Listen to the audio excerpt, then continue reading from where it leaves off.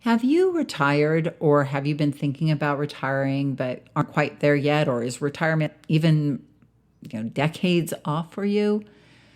Well, many people dream of that day when they don't have to wake up to an alarm clock or head off to their office or their desk in their house and work.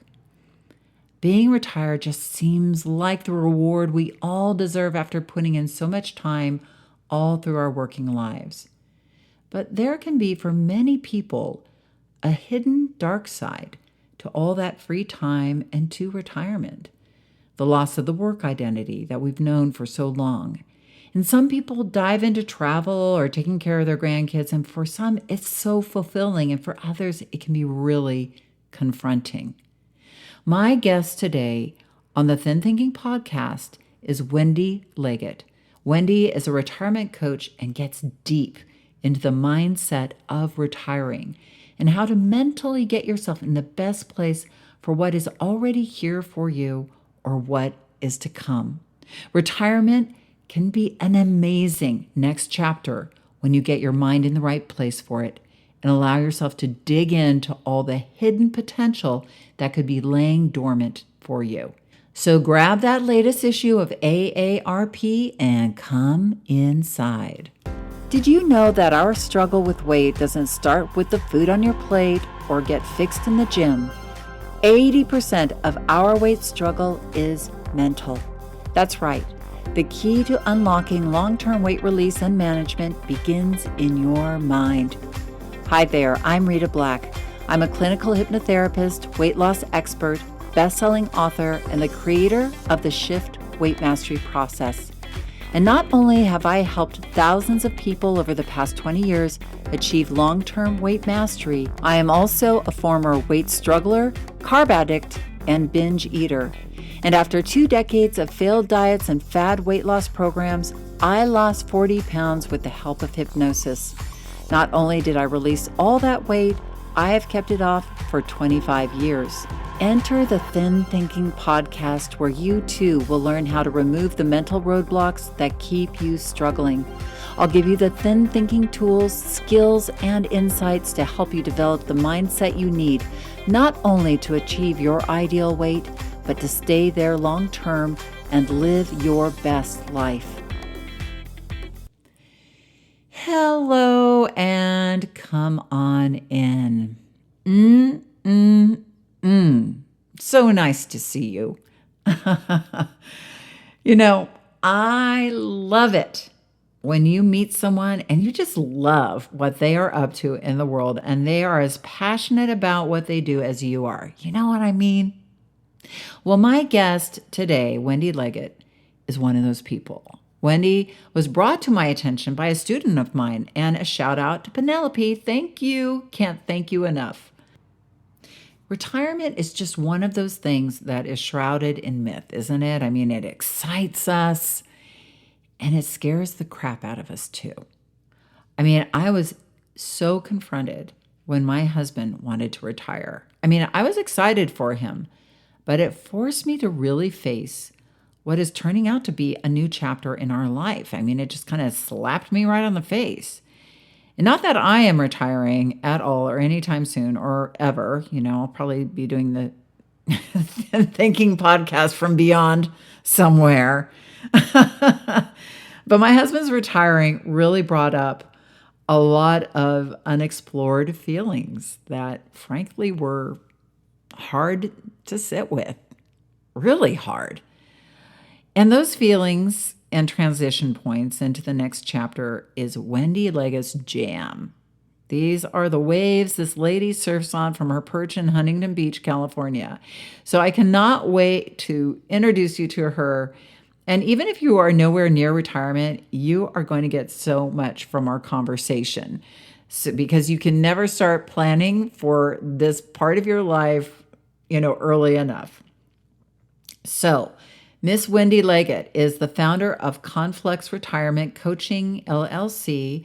Wendy brings a wealth of experience and expertise to the table, certified by both the International Coach Academy and the International Coaching Federation as a professional coach, with additional certifications in retirement planning and positive intelligence coaching, she is well equipped to guide students toward fulfilling retirements.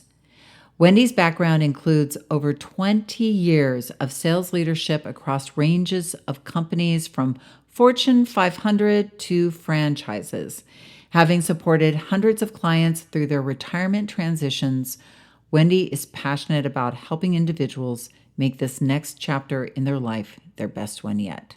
So please welcome Wendy Leggett. Hello, Wendy, and welcome to the Thin Thinking podcast. I am really excited that you are here. I was telling my listeners that, I'm not hiding the fact I'm turning 60 this year. I'm very fascinated in, what happens after 60. That's the big question mark. So tell us how you help people in this area of their life.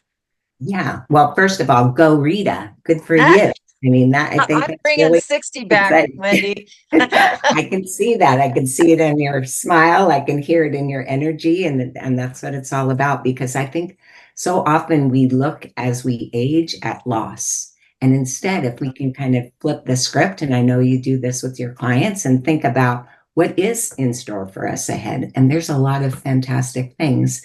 And that's what I help my clients with, because I think oftentimes they think, well, I'm retiring, I'm leaving this career, I'm leaving this life behind, moving into this new era. And some of them are very excited about it, some of them not so much.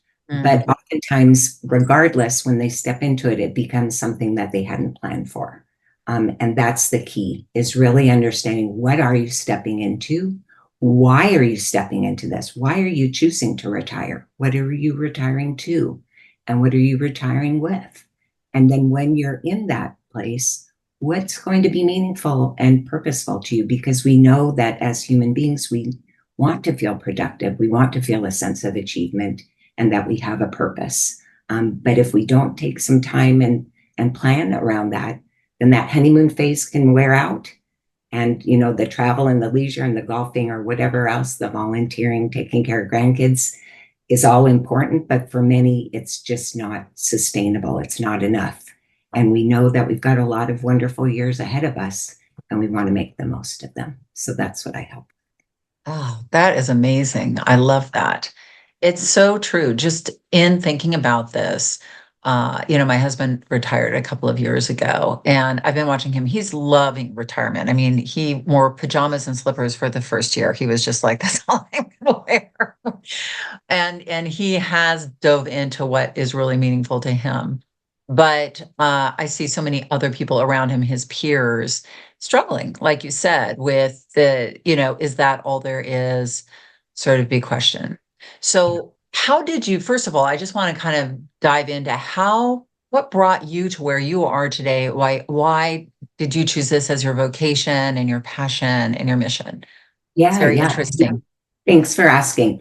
I want to touch upon a couple of things you said, because I think there's little nuggets there. So one is with your husband, that year in wearing slippers and things. I think what's so awesome, when people are planning for college, oftentimes there's that concept of a gap year. It's a really great idea when we're going into retirement to have a gap period. And it sounds like he knew that, and he did that, because if we just jump from one, extreme situation, one chapter, one thing into the next without some time for reflection, and then oftentimes we can make commitments or get overly caught up with things that ultimately aren't going to serve us. So I think just taking that time of reflection and just allowing the dust to settle, and using that time to be thoughtful, not just parking in front of TV or whatever. So I wanted to speak to that. And then the piece that you're mentioning about some people struggling, studies tell us that 1 in 3 struggle. And I think that's the dirty little secret, that people figure, oh, what's so tough about retirement? Work, it's got to be all fun and games and wonderful, but yet 1 in 3 struggle. And we don't want this for anyone. And so that's what really led me to the work that I do. The bulk of my career was in sales. I was a sales leader for a number of different companies, from Fortune 50 to franchises. Loved working with clients, loved supporting my staff and my team members to elevate their capabilities, and of course, coach them to be able to do that. I came to a juncture where it was like, I want to bring more of myself forward. And so I went back to school and got my certification as a professional certified coach, and then was working with clients really around business coaching. And then it kind of felt like, well, I've kind of been there, done that, and I want more. And I was seeing the struggle with a number of my clients as they were moving into this next chapter. And so I did research and found out, wow, I could get certified as a retirement coach. So I went back and got several certifications around that. And for the last several years, that's what my focus has been. It's very gratifying, Rita. It's just groundbreaking. I'll have people come to me that feel like retirement almost feels like a death to them, especially those in the helping professions, nursing and teaching. And so being able to really open up some avenues to, well, what does that loss feel like? And what can you bring with you into retirement? And why are you making this decision to retire anyway? Those kinds of things are so gratifying when the skies open up for people and they see that, wow, there really is more for me in life. And I maybe sometimes forget all the skills and capabilities and passions that I have. And so we're able to excavate and kind of resurrect some of those. I love that. I think it's true. If you kind of step back, as we are all mindset oriented with this podcast, and we look at like, where did this idea of retirement come from? Because I don't even think, I'm not exactly sure the year Social Security began, like where we began having pensions and such. But I, I was told like up until like the Industrial Revolution, when machines and people laboring, because a lot of our careers were labor intensive. And that's why retirement became a thing, because a lot of people prior to then just worked their whole lives until They they were died, they owned their tired. shop, or right. Retirement was like, what's retirement? But then Yeah. there's this whole culture that got built around it, and sort of a mindset around it, like you said, where it's like you work really hard, then you stop, and then it's all play, or it's all relaxation and all. And I could see that that would be, and I know we're going to dig into this right now because Wendy's going to take us through some of these steps, but that incredibly confronting people.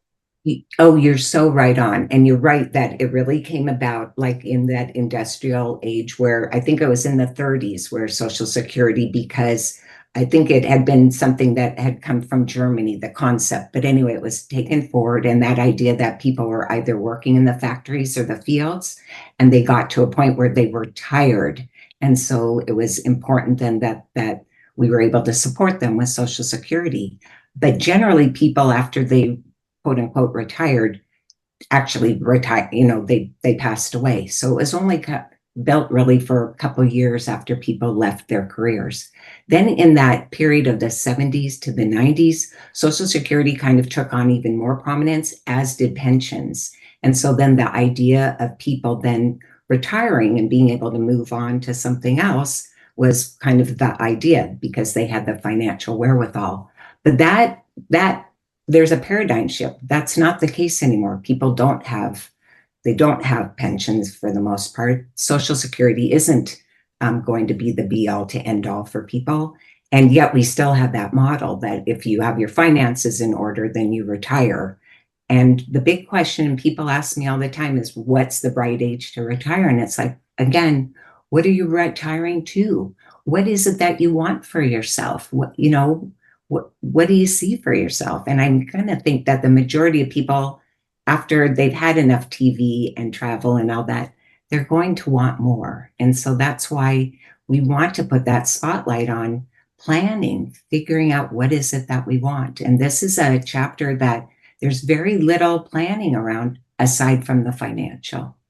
We Right. think about when we go to college, when we buy a house, whatever it is, we've got that runway to doing that. We have that vision, we do that research, we understand, and it's not just the money to pay for college. We're thinking about what campus do we feel good on? What do we want to study? All kinds of different things. but we don't do that with retirement to the extent that would serve all of us. So um, that's kind of why we're at this point now. And I think with the baby boomer generation, that the population is aging. There are more and more of us because I'm one as well, and so we want more, and we know that we're going to need more because our lifespan is increasing, and so we want to then make sure that we're vital and that life is viable for us and everything in between. Yeah, because you think about being in your late 50s into your 60s into your 70s, you are at the height of wisdom and confidence, really, and competence in what you were doing or are doing, even if it was just, if it was, I don't know, whether you were at your job or whether you were mentoring or being a parent or what have you. It seems like all of that wisdom is now just like juicy and ripe and ready to be, passed on to other people and given to people. And I know that people, it's very interesting when you look at it from a cognitive perspective, but the highest level feeling and vibration, whatever you want to call it, the highest level feeling is when we're being of service, and so that's our happy place. Most human beings are the happiest when they are serving. And so to go from being of service, perhaps in a very specific role that you were playing, then to having to kind of shift gears and figure that out again, I could see that that again is not just taking away your identity, but it's also like removing this high level sense of purpose. Mm. uh, so So I know you were going to tell us. I mean, we were going to talk about. I know you have sort of a role system that you take people through, and you were going to talk to us a little bit about that. So yeah, I'd love to. I think I want to kind of reflect on what you were sharing about with work and things. And purposefulness is built into work. In one way or another, we know what we're doing. We know what we're trying to achieve. We know each day what's mapped out for us. There's a purposefulness in work. And when we leave work, we can leave all of that behind if we're not aware and if we don't dig in and say, okay, what beyond work is important to me. So that's what I really start off with clients, is really thinking about, who are you today? What are you doing currently? What are the skills, the passions, the capabilities that you have today? And they can be based on what you've done in your work. What do you want to bring with you into retirement? What are those things that get you up in the day, in the morning? And also, what do you want to leave behind?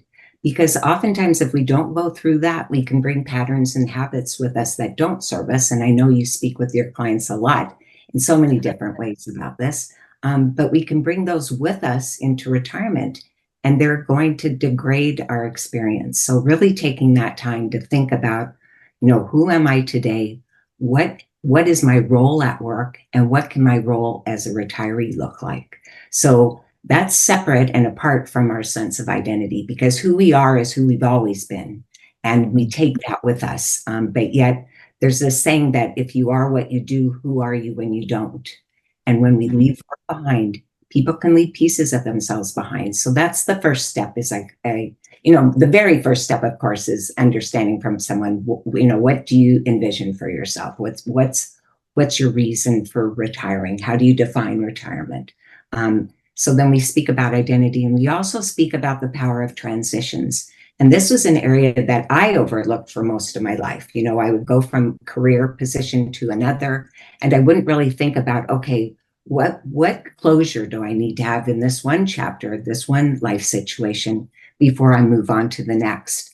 And this is a critically important juncture as well when we move into retirement, is what do we need to close? And then what do we need to really focus on and think about, so that we're really keying in on, well, what do I want?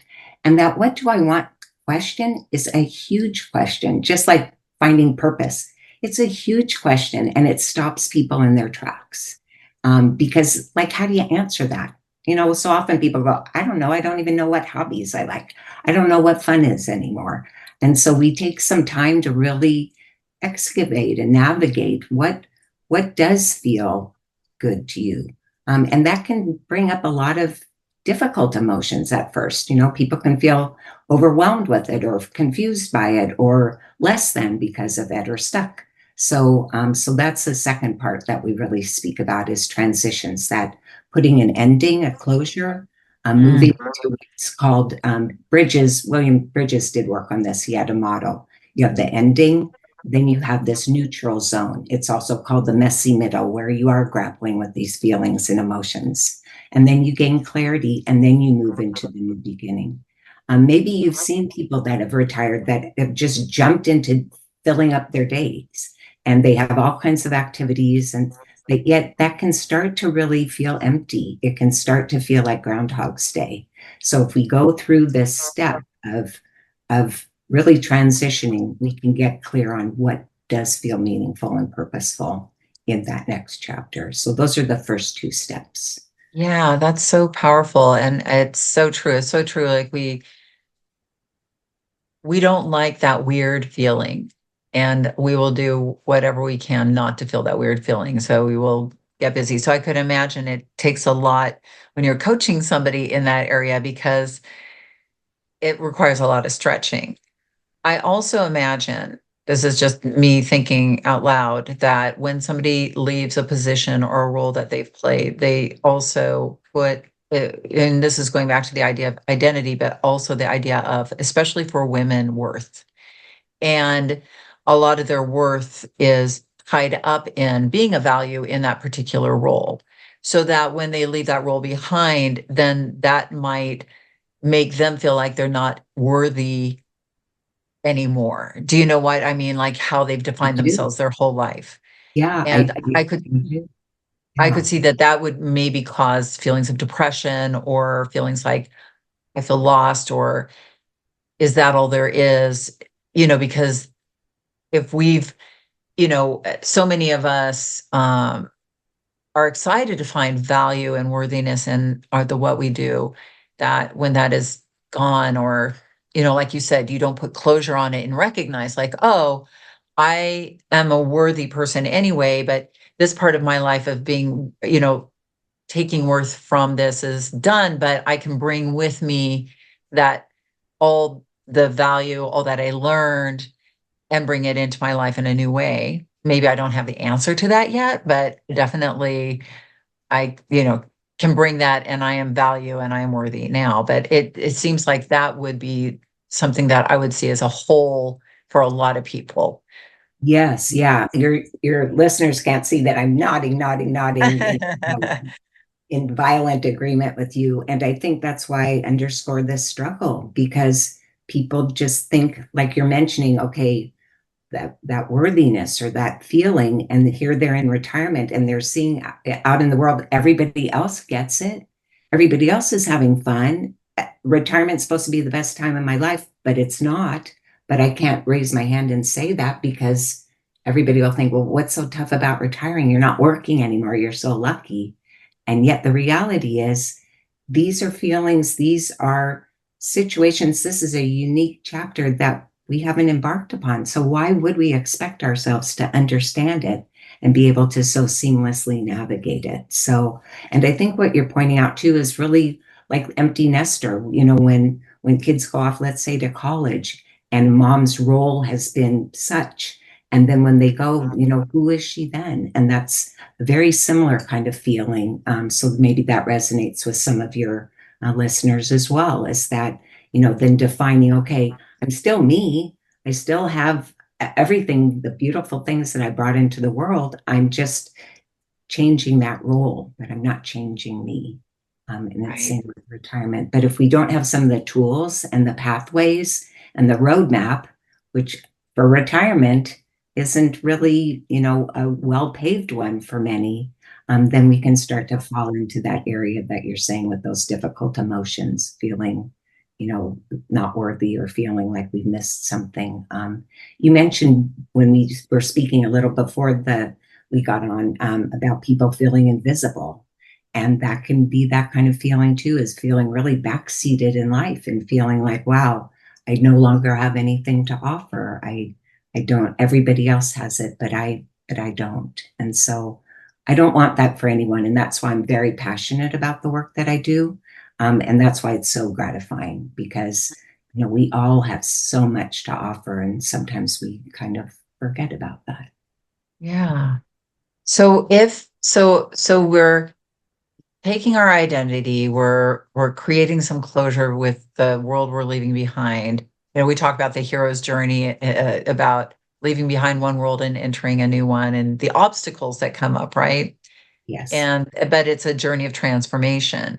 And you're absolutely right. It's so interesting because I have, like I said, been thinking a lot about this, about 60s and 70s and 80s. I remember when I began my practice, um, I was in my late 30s, and I had a lot of clients who were in their late 50s, early 60s. And, when you're younger and you think about that, you're like, you have a certain perspective on it. But when you're in it, it's a completely different perspective, because I Yes. was like, oh, 60s. Yeah, I remember when my mom was 60, and it was kind of like she was slowing down. And now that I'm here, I'm like, oh no, that's not about slowing down. It's about just, you can see to 60 to 70 to 80 to 90, you see like, wow, people are healthier if you stay healthy, if you, take care of yourself.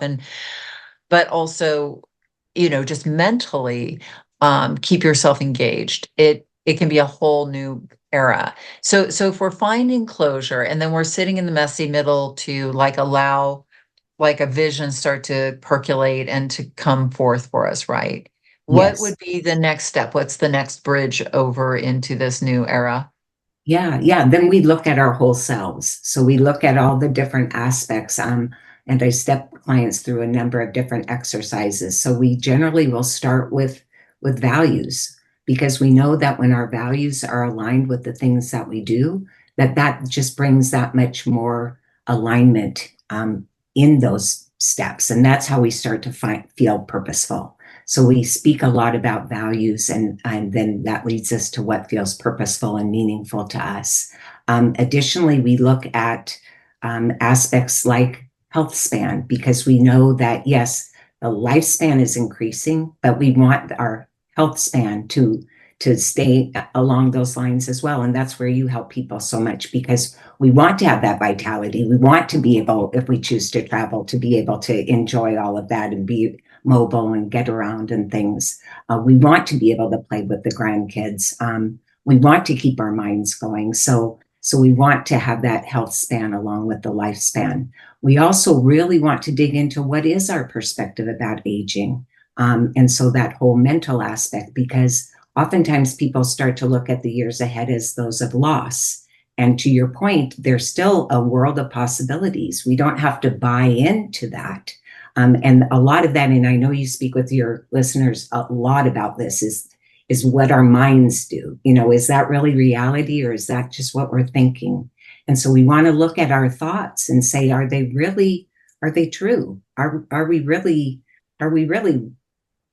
having to look at the world a different way, or can we continue to enjoy it and learn and grow and bring that growth mindset in? We talk about emotions, and that's a piece that there's more and more of a spotlight around that. But especially for those in the baby boomer generation, we are productive. We get it done. We have those goals and we set out after them and we work hard. And we sometimes can overlook or suppress our emotions. And we know that it starts with emotions, that emotions lead into our thoughts and they're red flags. And so we know that if we're feeling unsure, let's stop and think about, okay, where's that coming from? What do I need to move me past that? So we speak a lot about the emotions as well. We do get into the social, and this is a really important one.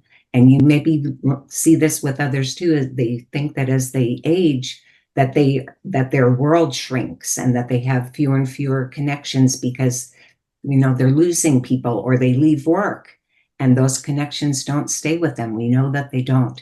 But it's never too late to make what's called fresh friends. There's lots of opportunities around that. And we know that we want both the quantity and the quality, that we want people that energize us, that boost us, that make us feel like we're supported as opposed to those that drain us. So we want the quality of those relationships as well. So we spend a lot of time on that also.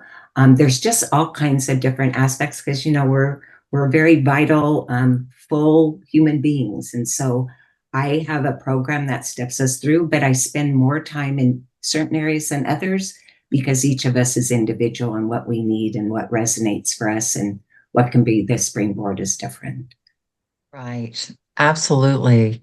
So if somebody and when, when you work with people, what has surprised you? I'm just kind of curious over the years that you've worked with people, like the outcomes, like what are some outcomes that have been like interesting or surprising for you? Maybe somebody was in a certain position and then they decided to, I don't know, climb Mount Everest or something like that. Like what?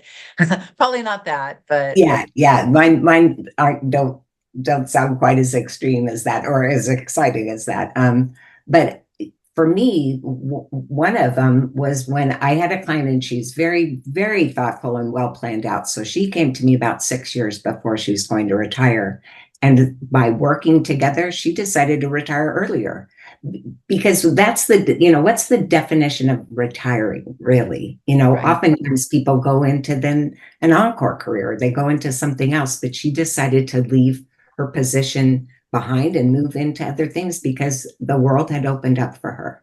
Another client came to me, a referral from his financial planner, because he did not have the money to be able to retire.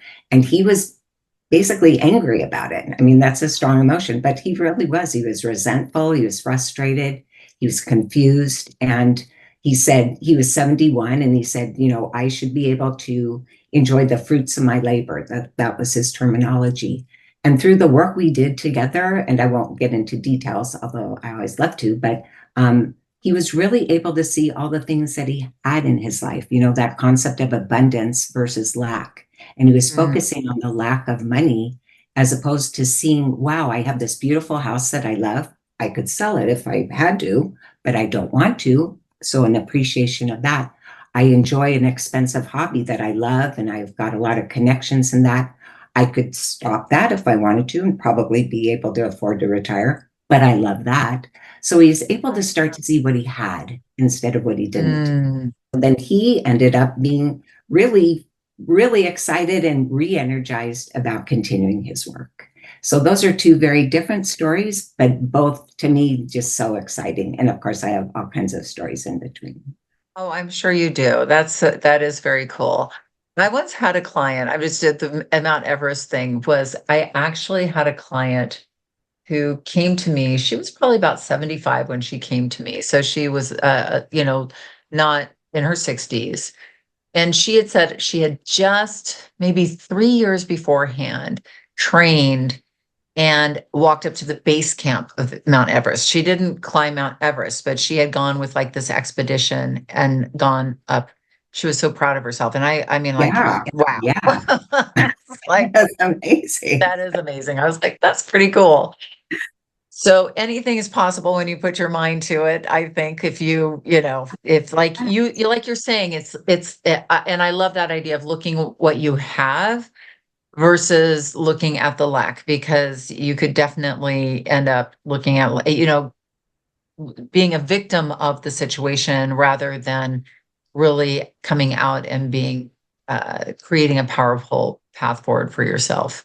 Yeah. Well, Wendy, this is great. Now, I know you have something that you want to offer the audience, but I also, before we do that, just want to ask you one last question. So, if somebody was going to take one step forward towards, opening up the doors to them for themselves for retirement, what would be that first question or first step that you would have them take?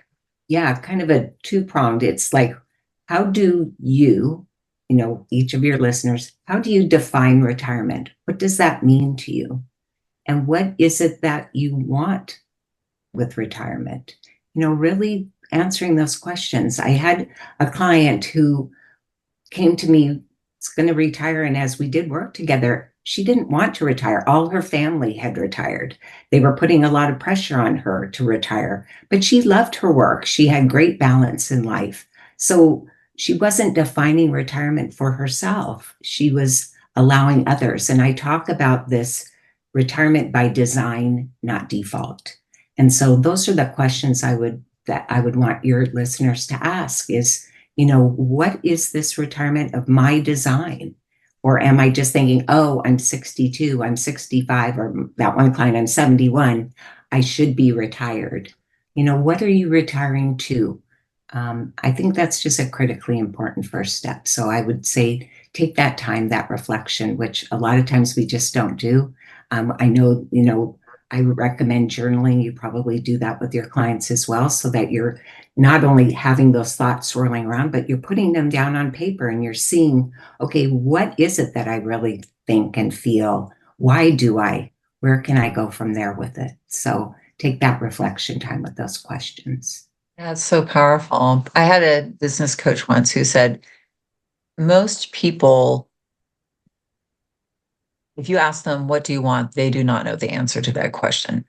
If you Mhm. ask them what don't they want, they know all the answers to that question.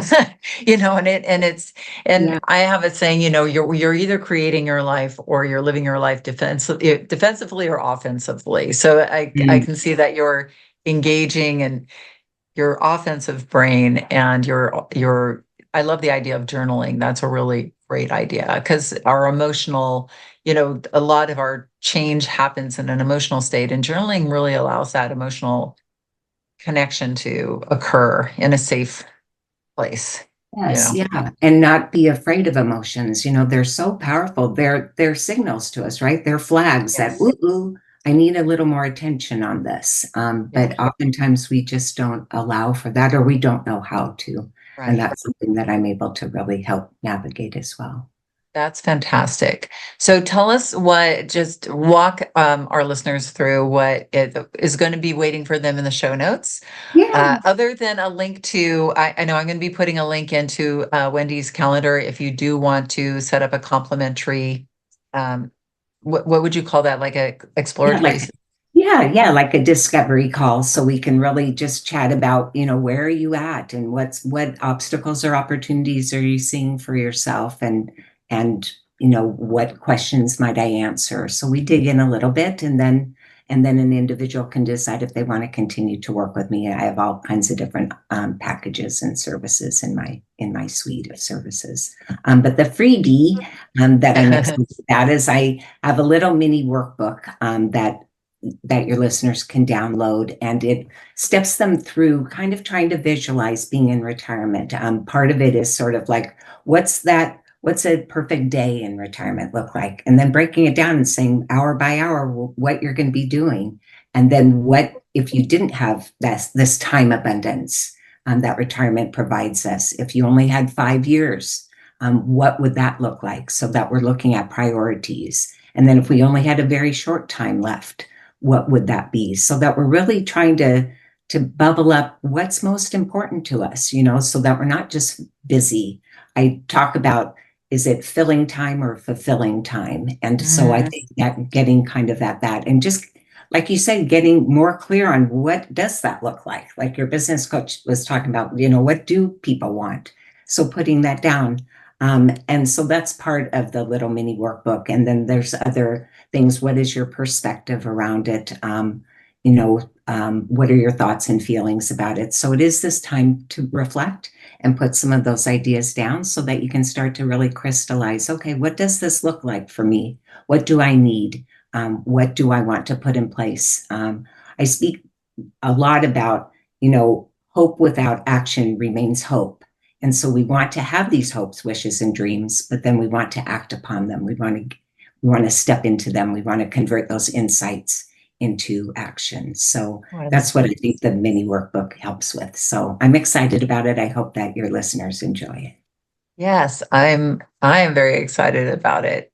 Well, Wendy, this has been amazing. Thank you so much for sharing your wisdom with us. This has Oh, been my very pleasure. eye-opening. And just FYI, as you were talking, I was thinking I need to tell people. So Wendy works with people of all ages. It's not just people who are just before retirement, but people who are really looking at retirement from maybe 10 years before retirement, 20 years before retirement, but also post-retirement. So obviously, it's never too late or too early to think about your life and what you want to engage in and what you want to create. Because obviously, if you're listening to this, there's many chapters along the way and so much possibility. So thank you, Wendy, for giving us this pause to think about what are the possibilities for us in this next chapter of our Love life. that. It's been Yeah, so I so exciting. appreciate it. It was very energizing, and I just think so highly of all of the tools that you offer to your clients because you do look at that whole person and all the different aspects and the opportunities, and I appreciate being able to be part of that. So thank you. Well, thank you. Thank you for all you do for people as well. And have a great rest of your day, Wendy. We'll look forward to having you back for more wisdom. I'd love it. Thanks again. Wow, wasn't that amazing? Isn't she tremendous? Definitely visit the show notes and pick up her retirement workbook and sign up for that free discovery call. Thank you, Wendy. And thank you for being here, dear listeners. And remember that the key, and probably the only key to unlocking the door of the weight struggle, is inside you. I will look forward to seeing you next week. So keep listening and find it. We can find it together. See you next week. Have a powerful week. Do you want to dive deeper into the mindset of long-term weight release? Head on over to www.shiftweightmastery.com. That's www.shiftweightmastery.com, where you'll find numerous tools and resources to help you unlock your mind for permanent weight release, tips, strategies, and more. And be sure to check the show notes to learn more about my book, From Fat to Thin Thinking, Unlock Your Mind for Permanent Weight Loss.